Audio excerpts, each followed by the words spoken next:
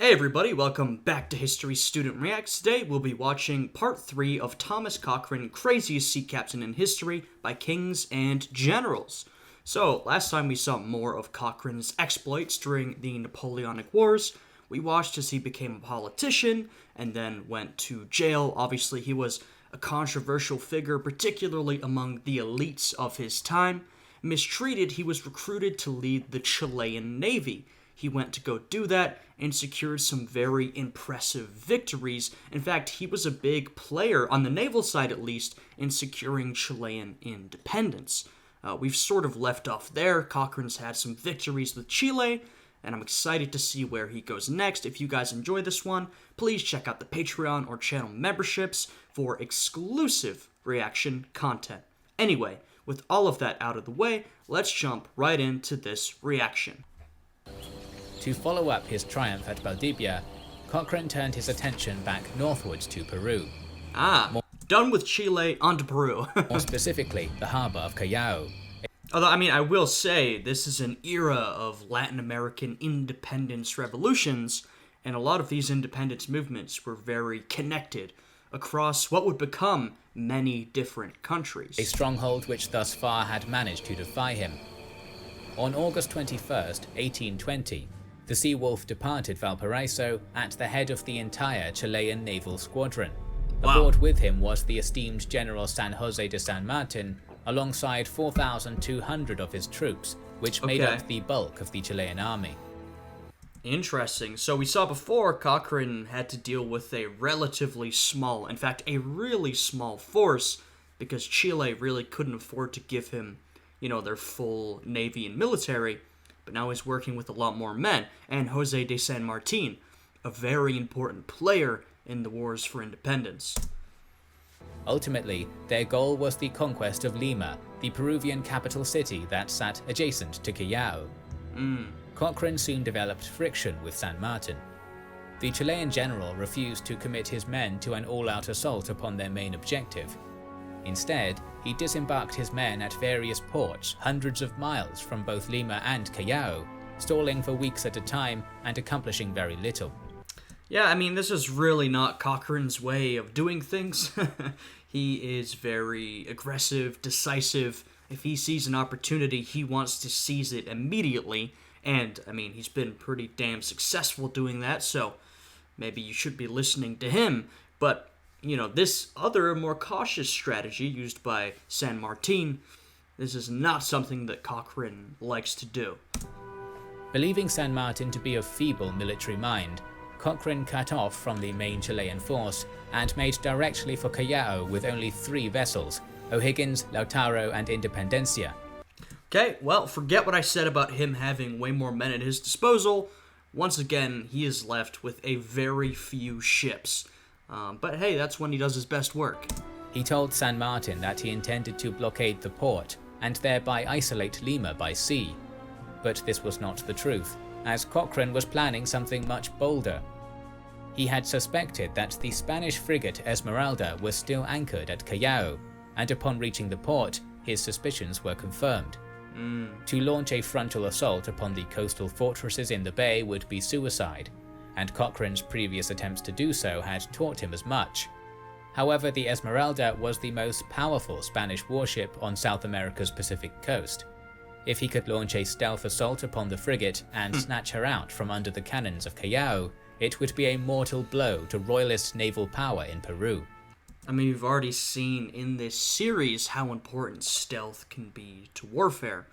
That is pretty self-explanatory, but Cochrane is really a great example of that. He comes across many situations where if he was to attack head-on, he really wouldn't stand a chance, or he would have a lot of trouble. And so he always takes a third option, which usually involves some sort of stealth, deception, trickery, working around his enemies. This is what Cochrane is really damn good at. The plan was simple in execution. Under the cover of darkness, a quiet boarding party would row into the harbour aboard small launch craft, board and subdue the crew of the Esmeralda as they slept, and make off with the prize frigate while the harbour fortress remained none the wiser. At midnight, the attack commenced. The Seawolf's crew embarked upon 14 canoes. They rowed harmlessly past two neutral vessels, the American Macedonia and the British Hyperion. Yeah, I was gonna say, I was like, looks like we have a British and an American ship there. I wonder what they're doing. Neutral, I suppose. Soon enough, the boarding skiffs reached Esmeralda and began scaling its hull via the frigate's main chains. Cochrane was put in a perilous situation when the deck watchman heard the clanking of chains and raised the alarm. Esmeralda had now been alerted, and the attackers had no time to waste. Cochrane heaved himself onto the deck, only to be struck upon the forehead by the butt of a sentry's musket. He fell unceremoniously back onto the skiff below, but flung himself right back upon the chains, climbing the frigate's hull once more. Look, Cochrane is a man that leads by example. We've seen in all of his different military assaults, he always wants to be at the front, in the thick of things, fighting alongside his men. Exactly the same thing here. He climbs up, gets whacked, he's gone right back up. He is not a man to shrink away from battle, or even, a brutal melee. He wants to get involved. This time, he shot the sentry with his pistol and launched himself onto the gangway, bellowing loudly, "Up, my lads, she's ours!" Chileans swarmed upon the Esmeralda, routing the Spanish crew to the forecastle bow, where they rallied and unleashed a volley of musket fire upon the boarding party. Cochrane was shot in the thigh, but pressed on. The remaining Spaniards were soon routed, diving overboard or submitting to capture. Can't stop the Seawolf. Once he's really got going, there's not much you can do to halt his progress. The Esmeralda was in Cochrane's hands. By now, the fortress had been well alerted and began opening fire upon the captured frigate. The Seawolf's crew set to work, unfurling the sail and hastily sailing their prize out of the harbour.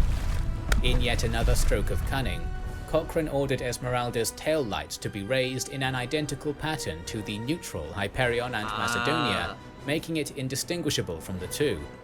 Unable to risk firing upon neutral vessels, the Spaniards could do nothing but helplessly watch their strongest warship slip out between their fingers. I was wondering if those two ships were going to come into play. Yeah, that's truly brilliant, because if you're the Spanish, you really do not want to risk accidentally firing upon and possibly sinking a neutral British or American vessel. That would be very bad. The capture of the Esmeralda functionally crippled the Spanish Navy west of Cape Horn. Cochrane was now the master of the coasts and proceeded to blockade Callao. The Spaniards within, now cut off entirely by both land and sea, realized that their options were to surrender or starve. After only a month, the defenders within the fortress deserted and joined the Chilean Republic. Damn. General San Martin, meanwhile, had gained little with his ground force that besieged Lima. He devoted his efforts into inciting the local native populations to rebel against the Spaniards, but that failed. Cochrane became...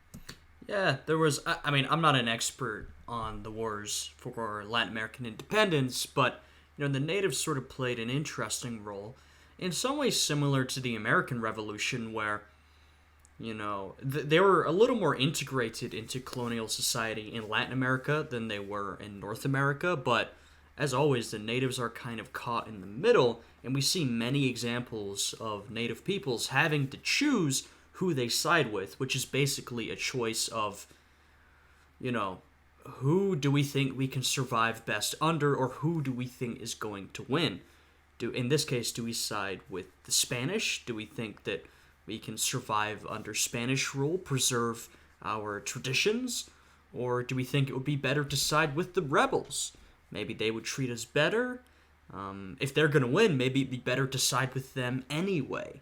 So, we see this sort of decision-making from indigenous peoples across North and South America, so it's sort of a really interesting interplay, and I feel like their contribution to both sides of these colonial struggles is often forgotten, sort of swept under the rug, in favor of, just the more simple European colonial masters and American rebels. It was a little more complicated than that. Became wary of San Martin, believing that the general was deliberately keeping his army intact to seize control of the nation when it was time. Frustrated, Cochrane offered to lead the assault on Lima himself, but was denied. He then requested that the general at least lend him 600 men, which was reluctantly agreed. Cochrane took to his ships and proceeded to harass the nearby Spanish coast. The royalists in Lima had their supply lines all but shredded by the Wolf's prowl, and after 3 months, the Spaniards' resolve finally broke, and they surrendered the city.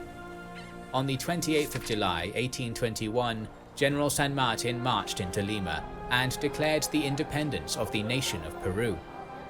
On July 17th, Cochrane himself entered the newly liberated metropolis and was given a hero's welcome by the local citizenry. How about that? We've got a Scotsman across the world from his home country, whom he served valiantly during the Napoleonic Wars, now a hero of Latin American independence.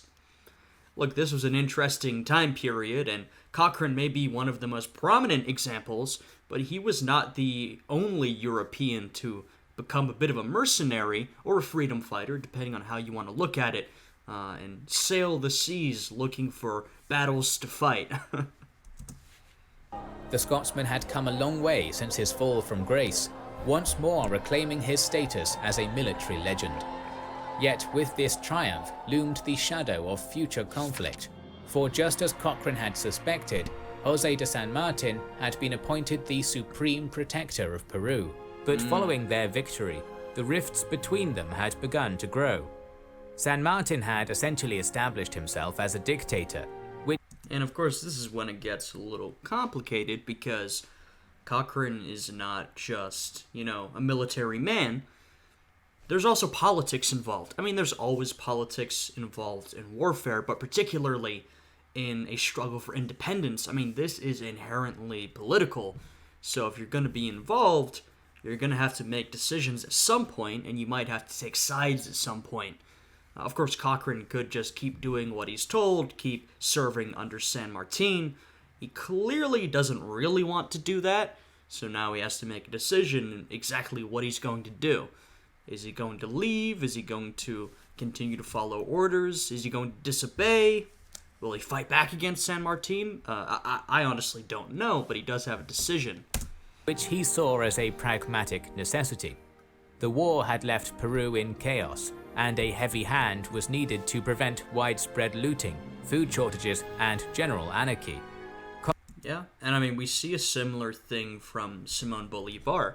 I'd like to do some videos on Bolívar at some point. He's a fascinating figure, but, he's a liberal freedom fighter who, in his later years, particularly as he's achieving more victories, he becomes a bit of an authoritarian. He feels that he needs to take on this authoritarian rule in order to stabilize the chaos that's been caused by all of these revolutions, right? So we're seeing a similar thing with San Martin. Cochrane, however, saw San Martin as a traitor who had betrayed his oath to establish a liberal democracy in lands freed from Spain. In his eyes, Peru had simply traded one absolute tyrant for another. It didn't help that Cochrane and his crew had not been properly paid by San Martin, who argued that Yeah, I'm sure that played a role. I mean, Cochrane is clearly a man with principles. We've seen that time and time again. He will not stand down. He does not do things simply to advance his career. In fact, he often does the opposite. But I'm sure that the lack of payment certainly did not help his opinion of San Martin. it was Chilean responsibility to do so, not Peru's. The Scotsman resolved this in typical Cochrane fashion, by tracking, boarding, and looting a schooner transporting the state treasury of Peru, and using the funds to pay himself and his sailors exactly what they were owed. Naturally, this caused a public outcry, and Cochrane quickly went from war hero to dangerous wildcard in the... Like I said, Cochrane is prone to doing things that will not advance his career. Now, obviously you can see where he's coming from. He would just say, hey, I'm taking what I'm due, and he feels perfectly justified doing that. And, you don't really care what San Martin thinks, but this certainly won't look good to the people, who to them, it looks like he's looting their state treasury, which, belongs to the state, the people. It's certainly not a popular play. the eyes of the Peruvian people. His uncompromising idealism, stubbornness, and complete lack of discretion had alienated him from the very government he had literally just helped create. Cochrane returned to Valparaiso, where the local Chileans still held him in high regard.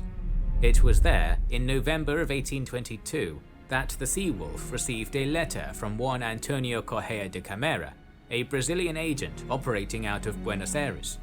It was a tantalizing proposition. Cochrane was being offered command of the Brazilian Navy.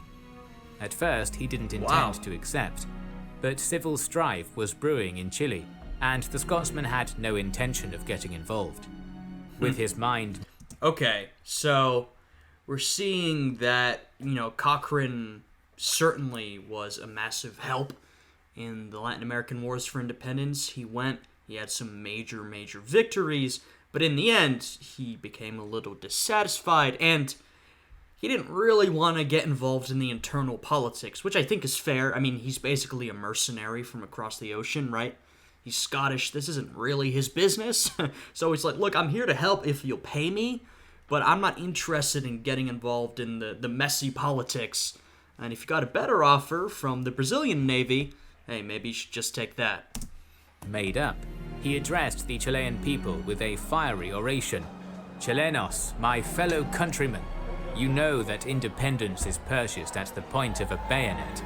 Also know that liberty is founded on good faith and on the laws of honor, and that those who infringe upon these are your only enemies. With that, he sailed away from the country he had helped liberate, never to return. Much like the Spanish side of South America, the nation of Brazil was currently embroiled in an independence struggle against its own colonial father, Portugal. Although as far as revolutionary wars go, this one was unique. Yeah. In 1807, Napoleon's army... Yeah, I was going to say, I don't know too much about Brazil, but if we look at Latin America, the rest of Latin America, Spanish Latin America, we have all of these liberal revolutionaries fighting back against monarchical Spain, trying to win their independence, but Brazil is also under a monarchy, if I'm correct, so their independence struggle is of a kind of a different character.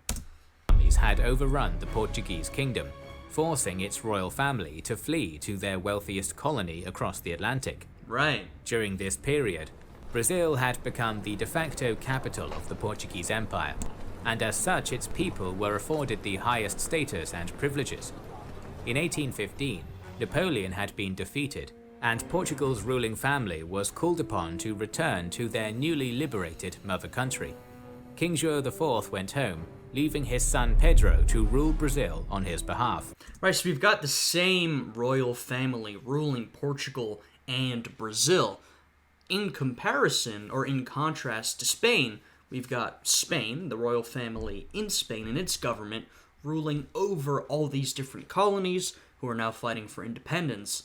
Versus, we've got Brazil and Portugal, ruled by the same royal family, different figures from the same royal family, and much more on equal footing. So it's certainly more of a unique struggle for independence. Considering how powerful and important Brazil is, even compared to Portugal, at this point in European history, Portugal is far less powerful, far less rich, and far less important than it once was. The same is true for Spain, but the difference is that we're talking about one colony, Brazil, versus many. King João soon began rolling back the privileges the aristocracy of Brazil had been enjoying, reverting its status back to a subordinate colony. I'm not sure why they decided to do this. Maybe some of you have some insight.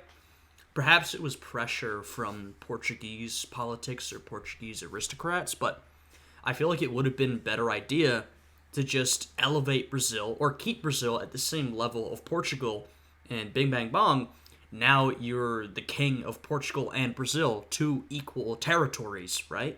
Especially considering the wealth that Brazil has. I feel like that would have been the way to do things. But the Brazilians had had a taste of liberty, and now called for rebellion. It would be an unlikely man that would rise to lead the revolution, the young prince, Pedro. Right.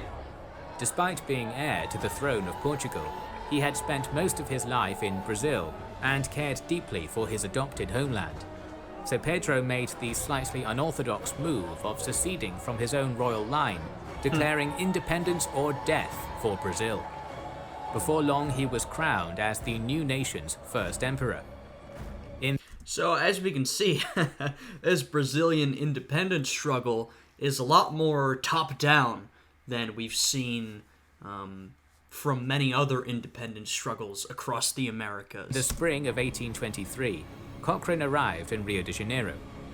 By then, the young Emperor Pedro had more or less secured the independence of the southern half of his realm, but the Portuguese still remained in control of the northern regions of Bahia and Maranhão. Cochrane received a brief audience with the emperor, who accompanied him to survey the ships that would be under his command. It was a modest but functioning navy, consisting of 3 frigates, 2 corvettes, 3 brigs, and a handful of schooners. Highlight on the modest. If Cochrane actually is allowed to command the entire navy, it'll be more than what he usually works with, but still not a massive fleet. Cochrane's flagship was the fleet's only ship of the line, a 64-gunner named Pedro Primeiro. In April, Cochrane was deployed northwards for the first time. His initial target was the seaport of Salvador, capital of the province of Bahia, and the most powerful stronghold in Brazil, which was still in Portuguese hands.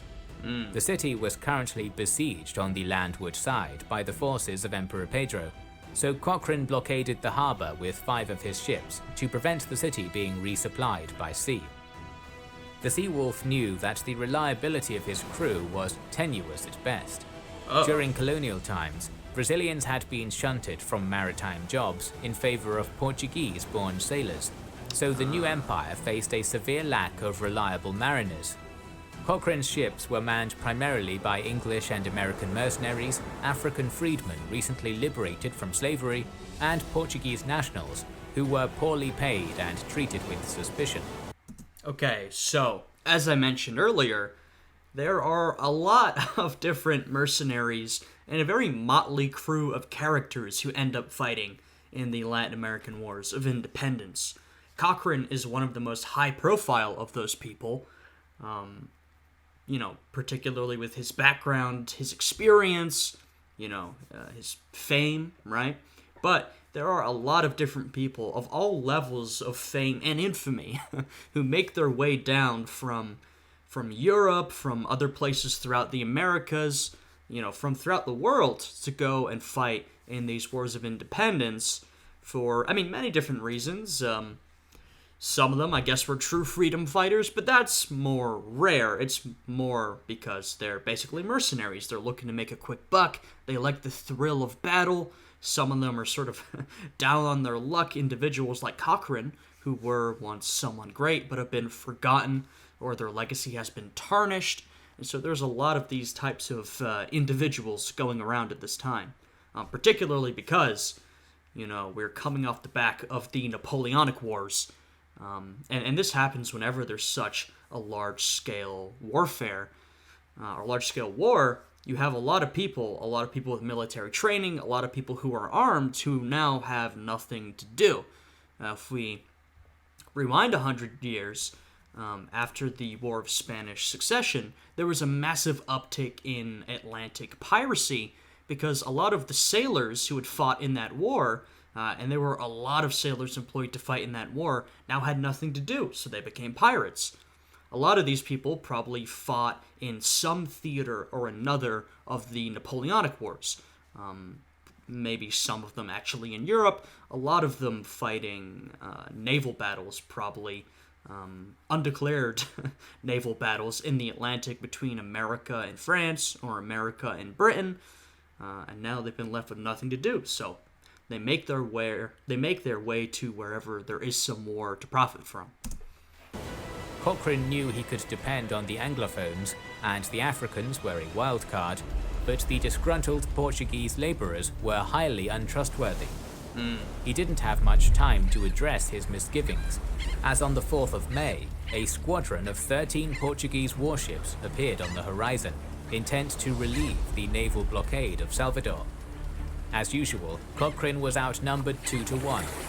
Equally as usual, the Sea Wolf's answer to this dilemma was to abandon all caution and charge headlong into the enemy. I mean, look, this is what he does. If we entered a situation where he wasn't outnumbered, that would be unusual. As the Portuguese fleet hastily arranged themselves into a line of battle, the Pedro I barreled in between their formation, isolating 4 Portuguese vessels from the main body of their fleet. Immediately, Cochrane sent a flag signal to the rest of the ships to descend upon the isolated enemy vessels. But disaster struck. The disgruntled Portuguese aboard the Brazilian ships had decided that since their pay was so meager, they may as well revert their loyalties back to their mother country. Yeah, I mean, this is not incredibly surprising. Cochrane knew this was a risk. Here's a good example. If you don't pay your men well, particularly if their loyalty is already in question, you really think they're going to risk their lives for you? Absolutely not. And this is particularly bad for Cochrane because Cochrane's strategy relies on these crazy charges and insane plans that take men of the highest level of loyalty and courage. I mean, every time we've seen Cochrane go through with one of his plans, of course, he's been incredibly courageous, brave, and a little crazy. But also his men have been incredibly courageous and brave, and at times a little crazy. So now we're in a situation where, I don't know what level of courage these men have, but they're clearly not committed to the cause. They're not being paid well. Their loyalty's very much in question. These men wouldn't work well in any military force, but particularly not Cochrane's. They refused to engage in battle, and Pedro I was left to fight the entire enemy fleet alone.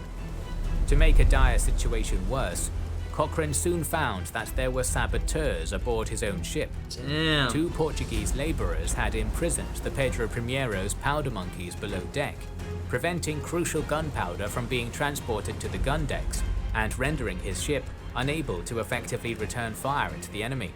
And as they're shown here, powder monkeys transporting the powder around were usually children. There were a lot of children in military, and I think particularly naval service at this point. You had a lot of young scamps running around the ship. That was just pretty normal for this period. The conspirators were captured, but even Cochrane had to admit that there was no way he could earn any victory out of this humiliation. The Sea Wolf was forced to order a hasty retreat after what had been a humbling and unceremonious defeat. Yeah. Following this major setback, Cochrane drastically rearranged the personnel in his fleet. The Englishmen, Americans, loyal Brazilians, and Black Marines were all concentrated aboard his flagship and 2 frigates. It would be with this greatly reduced but overall more reliable fleet that Cochrane would proceed with the war.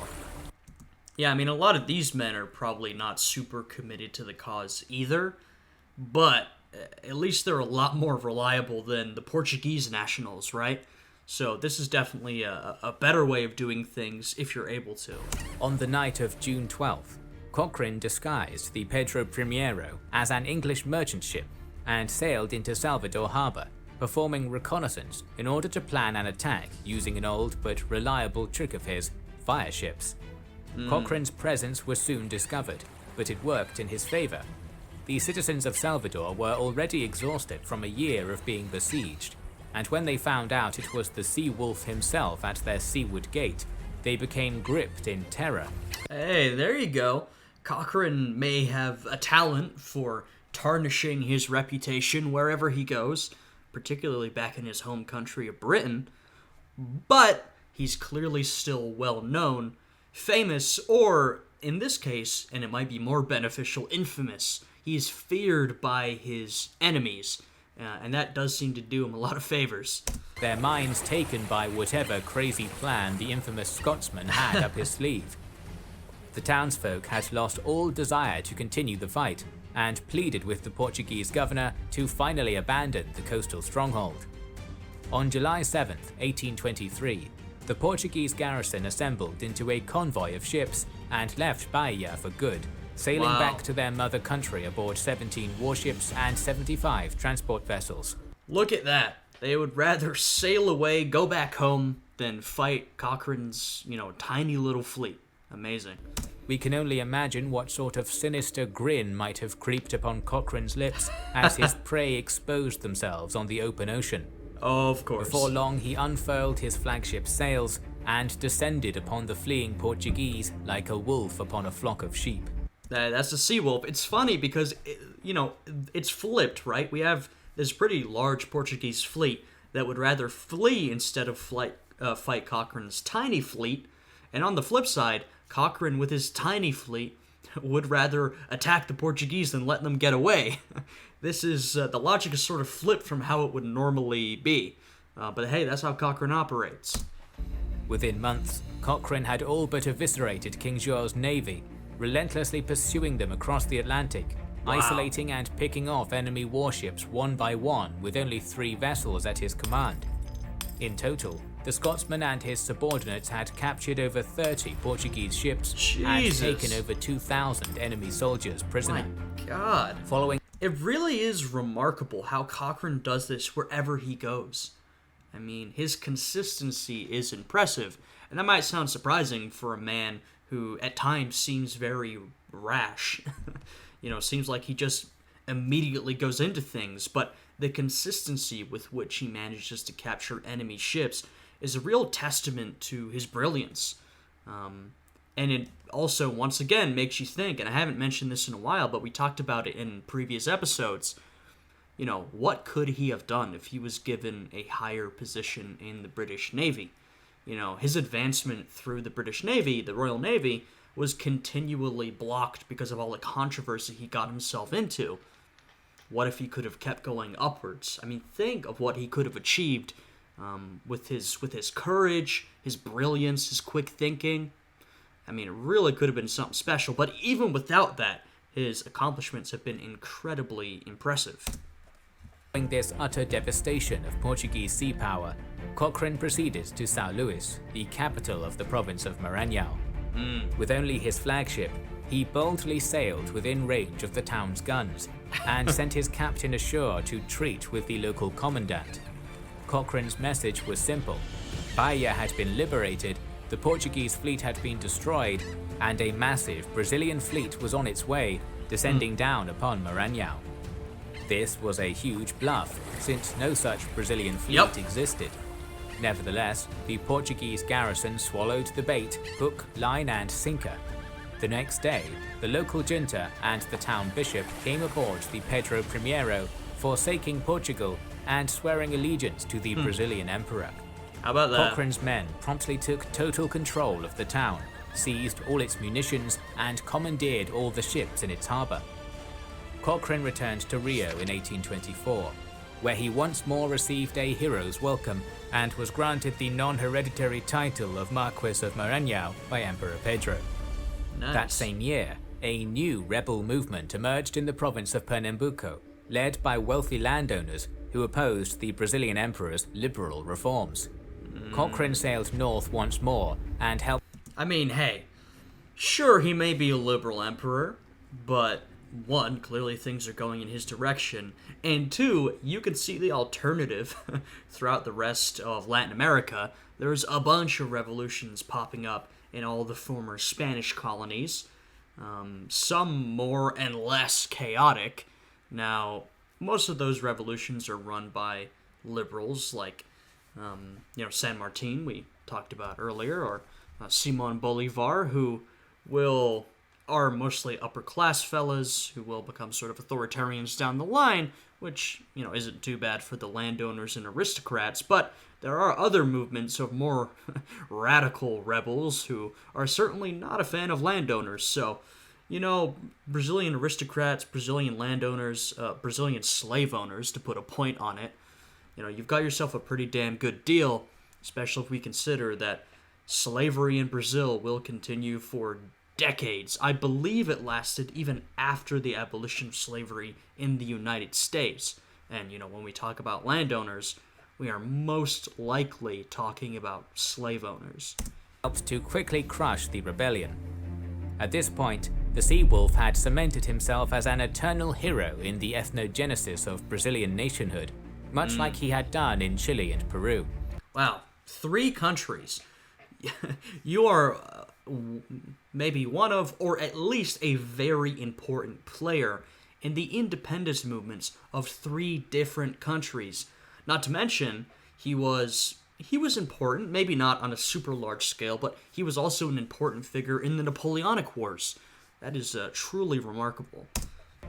Unfortunately, Cochrane had developed a nasty little habit of becoming a nation's most celebrated war hero, only to immediately alienate said nation's government with his bullheadedness. Oh, well, I guess we could all see where this was going. He really cannot help himself. Like I said, he builds up a reputation for himself, and then he manages to tarnish it. And this Brazilian episode would end much like his Spanish-American escapades did. Throughout the revolution, Emperor Pedro's government had insisted on a policy of reconciliation with the former Portuguese landowners still living in Brazil, returning the wealth and property seized during the war to their original owners. This was an affront to Cochrane, who had seized the equivalent of some 12 million modern US dollars worth of booty during his time in Brazil, and insisted that— And that, by the way, that's the point I was just making. If you're a landowner, Brazilian or Portuguese landowner, slave owner most likely, or even if you're not a slave owner and you just own farmland with no slaves, you're getting a pretty good deal from Pedro. You could have it far worse. That he was owed at least 1/8 of the total take, as was proper.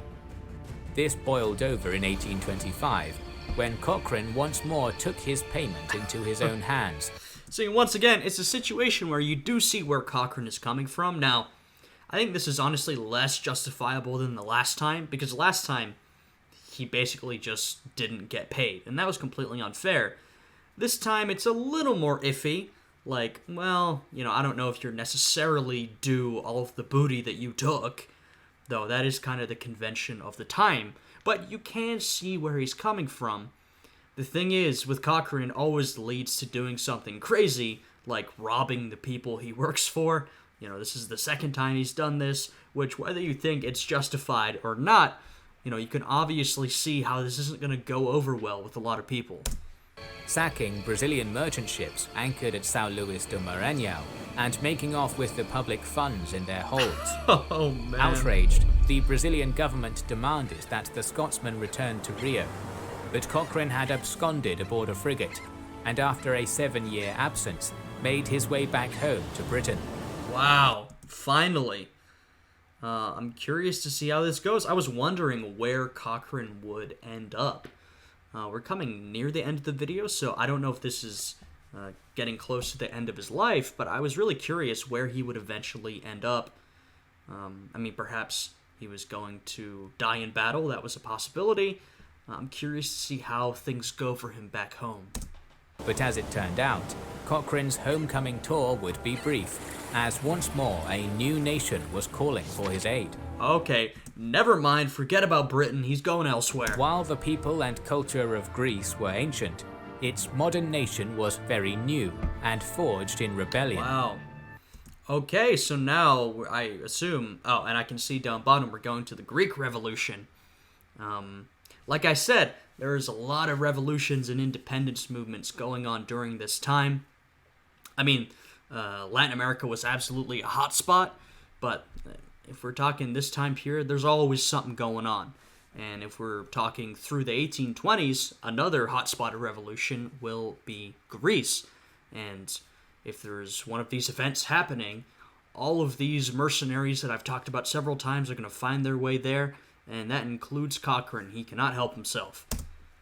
After nearly 4 centuries of Ottoman rule, the Greeks in the Ottoman Empire had risen up in 1821 and had been fighting a desperate war of survival ever since.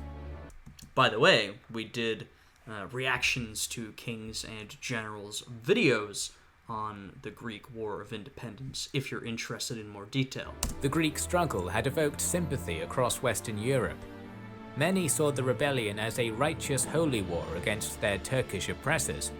Meanwhile, the educated elites of Western Europe had gobbled up classic Greek literature since the advent of the Renaissance, and called upon their governments to help liberate the land of Socrates, Sophocles, Euripides, and Demosthenes. All of this was very tantalizing to Cochrane. Yeah, it's an interesting geopolitical situation because there was a lot of sympathy for Greece throughout the Western world. Part of it was the religious aspect. Christian Europe always loves a chance to fight against Muslims for the sake of Christendom, but honestly, I think more important than that, we're at this point, Christianity is already becoming less and less important, though still very important to many people throughout Europe. But I think more importantly is that, the Europeans, particularly the European elites, who, were past the Renaissance into the Enlightenment, they love their ancient Greek literature. They see, as we do today, Greece as, one of the lineages of Western history, Western culture, Western tradition, right? So all that stuff is super important to them. And an opportunity to fight for the independence of the Greek people, it's very tantalizing. On the other hand, the governments of Europe are mostly not interested in getting involved. We just had the Napoleonic Wars that ended with the Congress of Vienna. At the Congress of Vienna was created what is called the Concert of Europe, which was basically the name for the new geopolitical system, the new way that geopolitics would be organized, which was essentially this conservative alliance of Christian monarchies. And they were not interested in liberal revolutions. There were obviously positive aspects that they liked about the Greek revolutionaries, but after the disaster that was the French Revolution, none of them were interested in supporting or facilitating another liberal revolutionary movement. They all knew where that could end up, aka the Napoleonic Wars. Years of bloodshed, warfare, brutality previously unimaginable to many of these people. And so the European governments tried to stay out of it. They would eventually get involved at the end of the 1820s, mostly because of Russia pushing to get involved. Russia was a big ally of Greece. They were both Orthodox, so that was really important to them. But for now, the European governments do not want to get involved in this situation. Who, despite being over 50, still craved action, adventure, fame, and glory. Yeah. After the Greek committee in London sent the legendary Seawolf a letter asking him to assume command of the Hellenic Navy, he readily agreed. However, there were a few wrinkles to iron out first. Having felt cheated out of his pay in Peru and Brazil, Cochrane demanded an upfront payment of £37,000 from the Greeks. Fair enough, though what I will say is, you've gone from serving the Royal Navy in Britain to serving a bunch of different independence movements across the world. With all the chaos and revolution that's going on, these are not the most reliable bosses to have. These are not the most reliable employers, so it shouldn't be that shocking when Cochrane performs some service for some revolutionary movement and then he doesn't get paid. Of course, that's why he's demanding upfront payment. I'm curious to see if he'll get it. An exorbitantly high sum. He also insisted that a fleet of steam-powered warships be built for the war effort. Steam-powered vehicles with what money? Are you going to fund that? I don't think so. Were still a brand new invention in the 1820s, but Cochrane had long been an eager supporter of the technology. However, due to incompetence in the production line, none of Cochrane's commissioned steamships were completed fast enough to influence the Greek war effort. Okay, so hey, to be fair, I retract. He did try. With his money, he did try to get them built, but I think a little bit ahead of his time. We saw as a politician, he was sort of a progressive politician. He fought for reforms, so he was clearly a future-looking guy. And so it makes sense that he'd be an advocate for this sort of technology. But he's a little bit too early. Give it a couple more decades and steamships will be far more important in naval warfare. And the delay they caused in Cochrane's deployment cost the Greek revolutionaries heavily in time and resources. Ooh. On March 17, 1827, Cochrane finally arrived in Poros. By then, the rebellion was in... Oh wow, yeah, that did take a long time. They contacted him years earlier. Now it's 1827. We're not too far from this whole thing coming to a close. I mean, we've still got a lot of fighting to do, but it's been a while. In dire straits. The Greek leaders mounting the resistance had descended into vicious infighting, while the Turks' Egyptian allies were ravaging the Peloponnese in a devastating invasion. Things did quickly turn around the moment Cochrane stepped ashore. The Sea Wolf was legendary. By now, everyone was well aware of his track record against Napoleon and across South America. His mere presence was a massive boost to Greek morale, and he quickly used his clout to help unite the feuding Greek generals, who were finally able to agree on one man to lead them, the statesman Ioannis Kapodistrias. Yeah, I remember we talked about some of this in those reactions to Kings and Generals Greek War of Independence videos. But once again, Cochrane's getting involved in these independence wars, and once again, he's forced to get involved in politics. I mean, he knows this, obviously, but this is just another example of if you want to get involved in the military affairs, you also have to deal with some politics. Now, like I said, you can deal with politics by putting your head down and ignoring them, but that's not really what Cochrane wants to do. If he doesn't want to deal with them, he'll just leave. Unfortunately, the rest of Cochrane's endeavours in Greece went rather poorly. He had never developed a rapport with his Greek troops the way he had earned the loyalty of those of Chile and Brazil. He considered the Hellenes in his crew poorly trained and mightily undisciplined. In reality, the Chilean and Brazilian navies had been pretty much non-existent before Cochrane's arrival, allowing him to create a hierarchy and military doctrine from the ground up. I guess that's the difference. I was going to say, I'm surprised that the Greek sailors would be so much more undisciplined than, say, the Brazilian or the Peruvian or Chilean sailors, but I'm glad they pointed that out. It seems it's more like in these other situations, Cochrane was able to basically build the Navy from the ground up, versus in this situation, partially because he's taken so many years to get involved in the Greek War of Independence, there's a lot of tradition, culture, hierarchy that's already been established. And so clearly he's having a harder time establishing his authority and sort of integrating. Meanwhile, the makeshift Greek navy had enjoyed much success before Cochrane took command of them, forcing the Sea Wolf to adapt to a pre-existing style of irregular naval warfare he was not used to.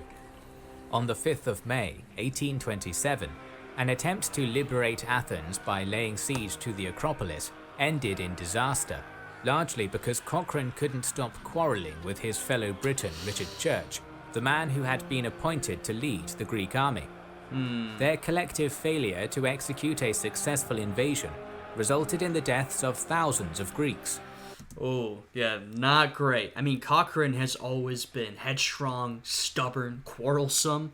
I mean, we've seen many times he gets into arguments with his contemporaries and particularly his superiors. But up until this point, it hasn't really hurt too bad. I mean, it's hurt his career, but if we look at the British Navy, Cochrane was never in a position of authority high up enough that him getting into this sort of disagreement would have really ruined things. If we look at the other examples in Brazil or Peru or Chile, he just went off to do his own thing. But now we're in a situation where Cochrane, being his usual stubborn self, has really gotten in the way of things in a really tragic way.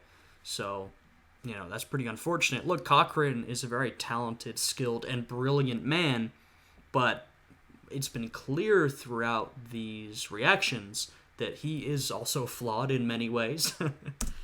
From that point on, Cochrane no longer played a major role in the Greek struggle for independence. That's fair. Although his participation in the war did indirectly lead to the intervention of the great powers of Britain, France, and Russia, who defeated a Turco-Egyptian fleet at Navarino in 1828, securing the independence of southern Greece. Nevertheless, the Sea Wolf's legacy in Hellas is considered a stain in an otherwise remarkable naval career. Yeah. It would take Cochrane several years to recover from his failures in the Peloponnese, as he grappled with his own shattered sense of self-worth. His fighting days were now over. Yeah, I mean, he was also getting pretty damn old at this point. Maybe time to put down the sword, my friend. Retire. I don't know what else he would do, but he's achieved a lot. Sort of ended on a bad note.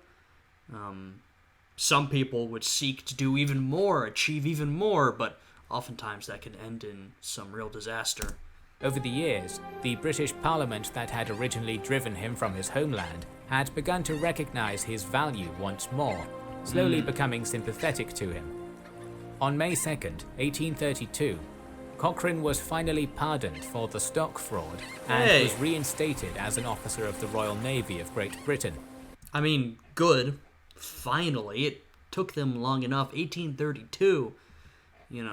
It's been a while, and Cochrane has done many things since he was disgraced in Britain, but I guess, finally they're sort of coming back around. Once again, I don't know if he actually did anything illegal in that whole controversy with the stocks, but regardless, he's definitely someone whose contribution to the British Navy and the British war effort should absolutely be recognized. And all the honours he had earned in the Napoleonic War were returned. Cochrane was promoted to Rear Admiral of the British Navy. He never saw direct combat again, living his days in semi-retirement, where he continued his experiments with modern technology, pouring funds into the continued...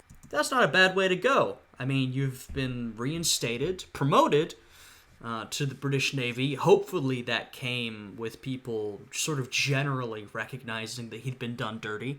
I hope his reputation sort of improved along with that. And, he doesn't have to fight anymore. He can continue to invest in more modern technology, which he's clearly a believer in. It's not a bad way to end out your life. I mean, after a life of incredible achievement, that's pretty good. Research and development of steam-powered engines. One of Cochrane's many legacies today is that of a pioneer of military technology, and he is widely considered to be one of the more influential men who helped Britain transition from the age of sail into the age of steam. Well, I mean, yeah, he was absolutely right. Like I said, he was a little early with the Greek War of Independence, but everything he was saying about steamships, that would absolutely be the case a little further down the line. In 1860, an elderly sea wolf wrote an extensive autobiography of his life and Whoa, he lived a long time. adventures, the same tome we've referred to throughout this series. That same year, his health began to deteriorate, and on the 31st of October, while undergoing a risky surgery for kidney stones, he passed away at the age of 85. I mean, that is not bad at all, to be honest. And something you see with a lot of people like Cochrane who've lived a life of action is once they settle down, their health worsens and a few more years they die. But he went on for, 1832. He was pardoned for decades after that, living his life, promoting this new technology. When I was saying, oh yeah, Cochrane's absolutely right. I mean, he's a man who's looking to the future. His ideas will be taken up in terms of steamships. Well, he lived to see it. I mean, of course, it would continue after he was gone, but all of the technology he was promoting, yeah, that would become the way to do things in many ways while he was still alive. And clearly, with that autobiography, he was active until his very last years. So, yeah, that's living a long life. I mean, hey, that's an accomplishment in itself. The legacy of the Sea Wolf still casts a shadow upon the nations for whom he served. In Britain, he is considered perhaps the single most daring commander of the Age of Sail, and his adventures have directly inspired famous naval fiction, such I mean, yeah, he's not the most successful or accomplished in terms of British history, but yeah, the most daring captain of his era, absolutely. as the Horatio Hornblower series, as well as Master and Commander. In Chile, 6 vessels, dozens of streets, and a small town all bear his name, while a striking monument in Valparaiso has immortalized his role in the freedom of the country. Yeah, I mean, most daring captain of that era of British naval history, though perhaps less important, versus for all these countries he helped in Latin America, extremely important. I mean, he was really a key player in several independence movements. Each year in May, representatives of the Chilean Navy hold a wreath-laying ceremony at his grave. Many in Peru and Brazil today still honor Cochrane's crucial role in the liberation of their nations. Thus ends our video on Thomas Cochrane, but we always have more stories to tell, so make sure you are subscribed and have pressed the bell button. Please consider liking, commenting and sharing, it helps immensely. Alright, and make sure to do the same for this video. Yeah, I had a great time with this series. It was really interesting to learn about Cochrane. The views were pretty terrible on these, but, you know, I had a good time with it, and sometimes I just want to do things that I am particularly interested in. I learned a lot about Cochrane. I still think that there's a big what if. What if he was given more authority during the Napoleonic Wars? What could he have achieved? It's not like they needed him. I mean, the British Navy did fantastic even without Cochrane at a higher position of command, but I'd be very curious to see how things would have went. But even without that, you know, he was very accomplished. Despite his habit of tarnishing his reputation everywhere he went, he achieved many great things and is remembered fondly today. And something that makes me happy, and like I said, a lot of people don't live long enough to see this. You know, he lived long enough to sort of be forgiven for his reputation to improve, and to see his work come to fruition. He lived a long life. So I think that's just good on a personal level, you know? So yeah, I had a good time with this one. If you guys enjoyed it, please leave a like, comment, subscribe, check out the Patreon channel memberships, all that stuff. I hope you guys are having a good day today, and I will see you all again next time. Goodbye.